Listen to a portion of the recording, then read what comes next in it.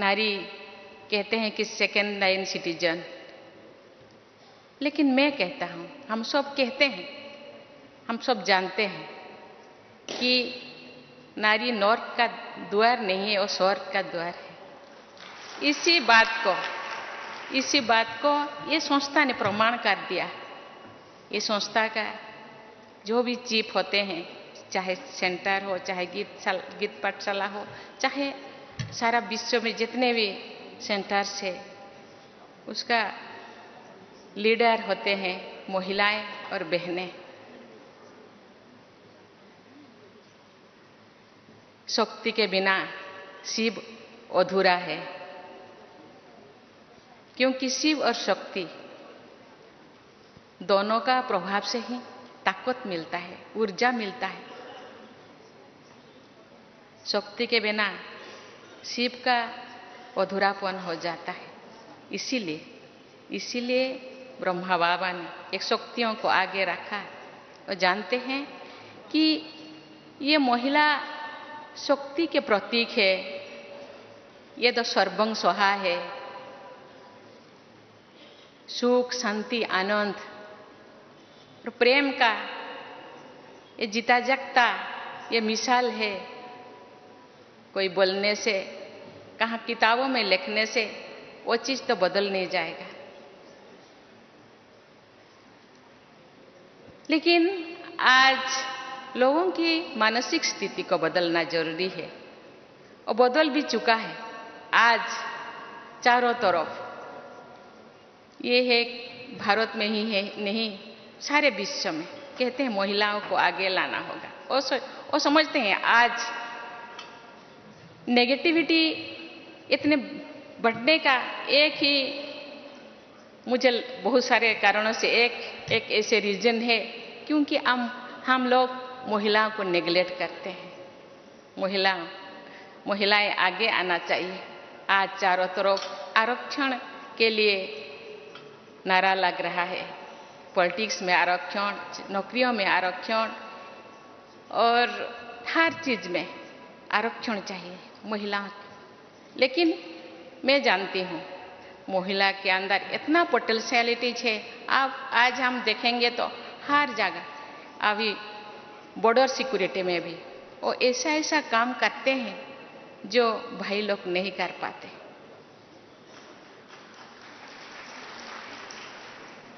अपने आप को प्रूव करना चाहते हैं, उनके अंदर जुनून है, यस मुझे करना है, मुझे आगे बढ़ना है। किसी के पीछे, मेरे पीछे कोई रहना कोई जरूरी नहीं, मेरे अंदर पोटेंशियलिटीज है।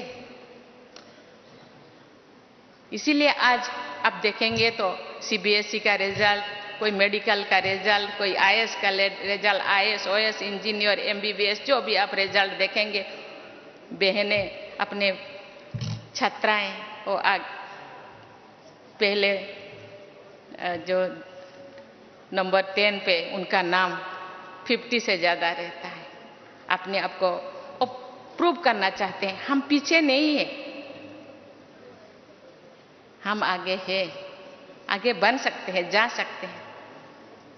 इसीलिए ये जो संस्था, ये जो इतने सारे संस्थाओं को एक सूत्र में बांधना, कोई बाबा के भाषा में कोई मासी का घर नहीं है।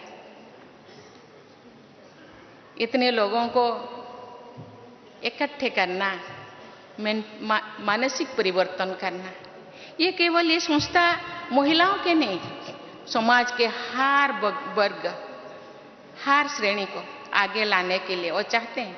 जो समाज के सब लोग आगे बढ़ेंगे तो विश्व परिवर्तन हो सकेगा। मुट्ठी भर मानव के साथ कोई परिवर्तन नहीं हो सकता, सबको आगे लाना होगा, आगे आना होगा। इसीलिए वो युवाओं को भी आगे लाने के लिए गांव-गांव वो रैली कर रहे हैं। सब जानते हैं जितने अभी जनसंख्या वृद्धि हो रहा है, इसके साथ ही अपना अनाज का भी बढ़ावा जरूरी है। इसीलिए लोग रासायनिक सार का खाद का यूज करते हैं, लेकिन देखा गया है कि रासायनिक सार यूज करते वक्त तो हम शारीरिक रूप से इतने नया नया बीमारी आ रहा है। इसीलिए ये संस्था ने जैविक सार, ऑर्गेनिक सार यूज करके वो गांव-गांव किसानों के अंदर ये बात को फैला रहे हैं। मुझे भी मौका मिला था कि ब्लॉक में कृषि सम्मेलन जो हो रहा है उसमें शामिल होने के लोगों को समझाने के लिए ये लोग इसको अपना रहे हैं। आज सब सोच रहे हैं हमको तो उस रासायनिक सार को बंद करना है, खाद को अभी ऑर्गेनिक जो खाद को अपनाना है और उसके साथ साथ यौगिक व्यवस्था को भी उपयोग करना है। भाई और बहनों, आज सारे विश्व में स्वच्छता का अभियान चल रहा है। स्वच्छता, बाह्य स्वच्छता के, लेकिन ये संस्था का नंबर 1 मुद्दा तो है स्वच्छता और पवित्रता। ये पहले से ही है। ये केवल बाह्य स्वच्छता नहीं है, वो आंतरिक स्वच्छता, मन, वचन, कर्मणा में स्वच्छता, दृष्टि, वृत्ति, कृति में स्वच्छता, चाल चलन, चेहरा में स्वच्छता, कथनी और करनी में समन्वयता, समरसता, ये तो उनका मुद्दा है, ये संस्था का मुद्दा है। हम जब गांव जाएंगे तो बाह्य स्वच्छता के, एटमॉस्फेयर के स्वच्छता के साथ साथ अपने अंदर के स्वच्छता के बारे में भी लोगों को समझाना है। स्वच्छता तो अंदर ही ज्यादा है। इस स्वच्छता को मिटाने के लिए ये संस्था इतने दिनों से काम कर रहे हैं। मुझे पता है छोटे छोटे गांव से लेकर छोटे बड़े शहरों तक बहनें गांव-गांव जाके कैसे लोगों को समझाते हैं और उनके मानविकता को जो घट गया है उसको फिर पुनर्स्थापन करने के लिए, पुनर्स्थापित करने के लिए वो कितने मेहनत करते हैं। जो लोग इस यही संस्था से जुड़े हैं वो लोग तो परिवर्तन हो गए हैं।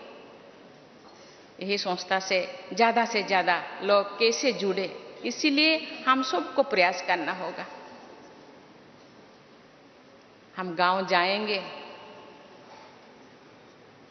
ऐसे तो, क्योंकि ये युग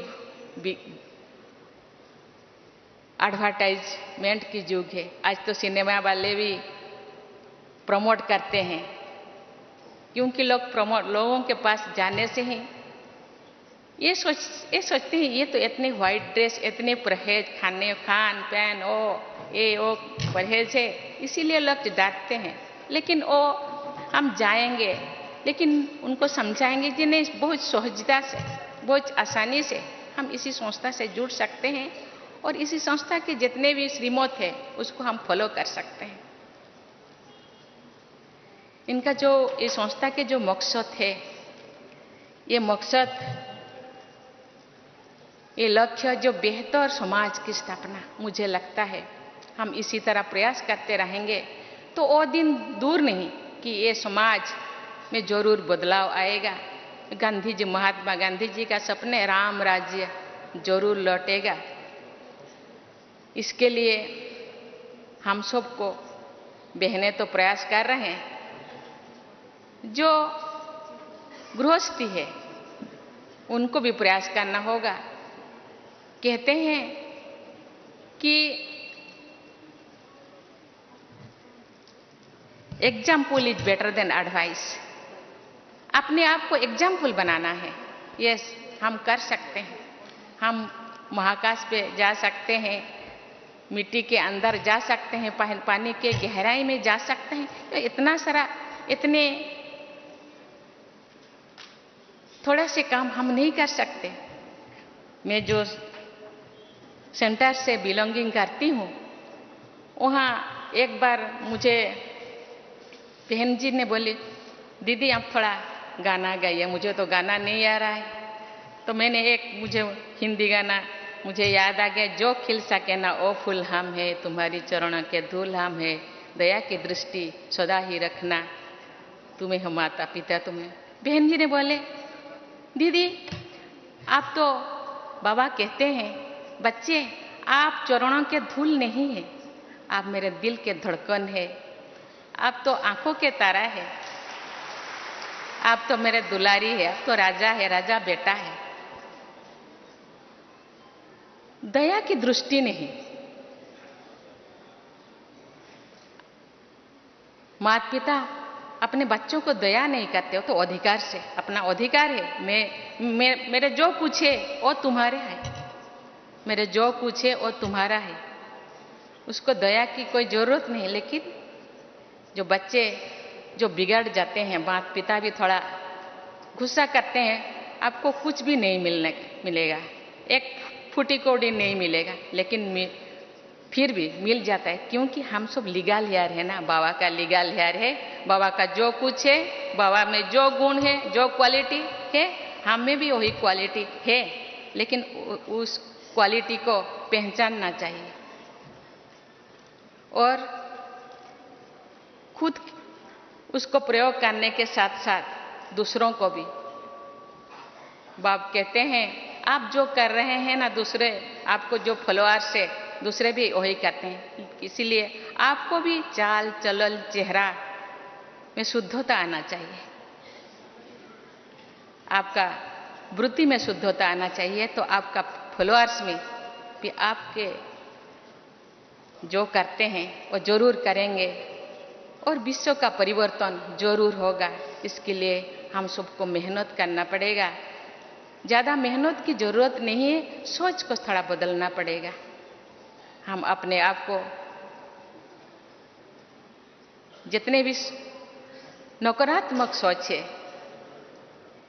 उसको बदलकर सकारात्मक सोच लाएंगे और बाबा के श्रीमत में चलेंगे।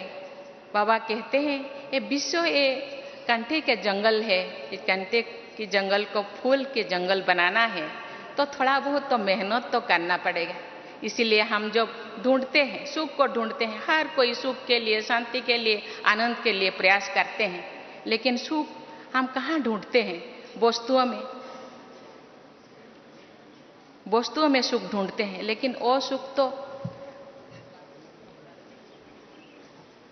स्थायी नहीं है। लेकिन स्थायी सुख अपने अंदर है, उसको ढूंढना है।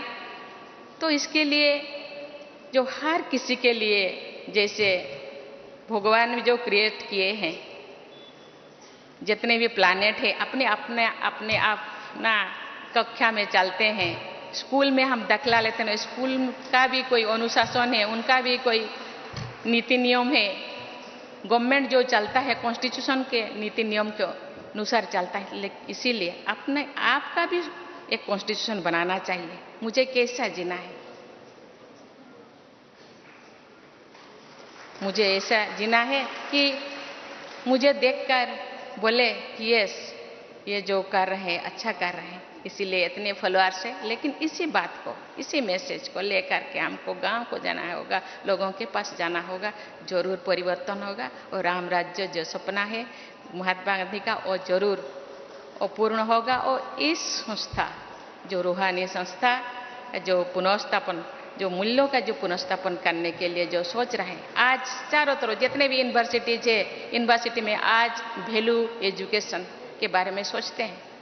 आज थोड़ा बच्चे ये दुनिया के ये चाकचक्यों को देखकर थोड़ा रास्ता भूल गए, उनको रास्ता दिखाना हम सब का काम है। इसीलिए मैं तो गवर्नर तो चांसलर होते हैं, अपना जो स्टेट में 5 यूनिवर्सिटीज है मूल्य एजुकेशन या वैल्यू एजुकेशन के लिए, शायद नेक्स्ट अपना एकेडमिक सेशन से वो शुरू करेंगे और जरूर ये बदलाव आएगा। ये जो गीत है, हम होंगे कामयाब एक दिन, जरूर हम होंगे कामयाब। ओम शांति।